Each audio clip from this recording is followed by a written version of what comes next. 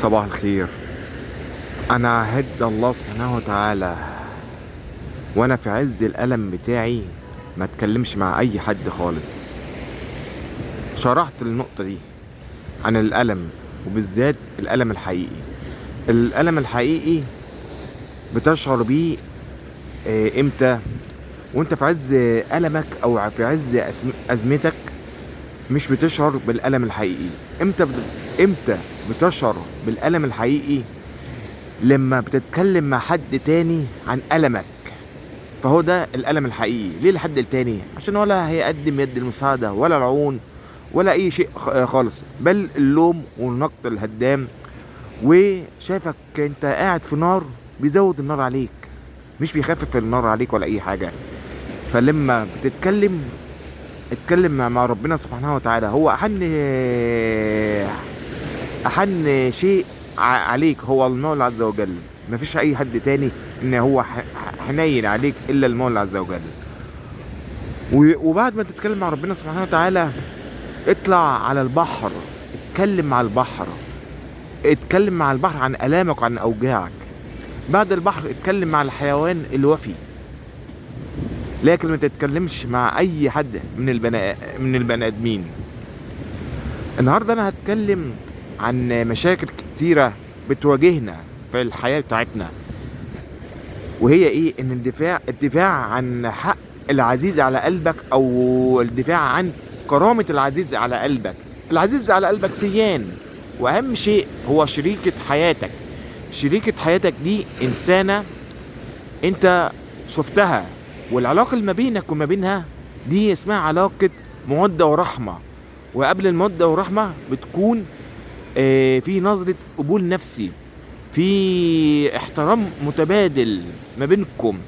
انت مش واخدها عشان تحرق دمها او عشان تتسبب في حرق دمها، لا، انت واخدها عشان تسعدها، عشان تدخل البهجة والفرحة والسرور على قلبها، عشان اهلها يطمنوا على كنزهم الغالي المتمثل في بنتهم في مع راجل في يد امينة عليها، مش مع يد تبهدلها او تتسبب في البهدله ليها.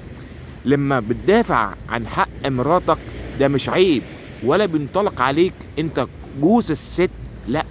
كرامتك من كرامة مراتك، كرامة مراتك من كرامتك. انت بتزعل قوي لما بتشوف ظلم بيقع عليها، ظلم بدون سبب بدون مبرر.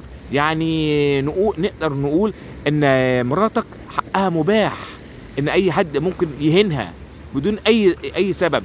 ولو احنا قلبنا الايه والحد ده اللي اهان مراتك انت اهنته او اهنت عزيز على قلبه، زي مثلا جوزه، زي حتى لو متجوز حتى مراته مش بيقبل الاهانه، بيرد عليك.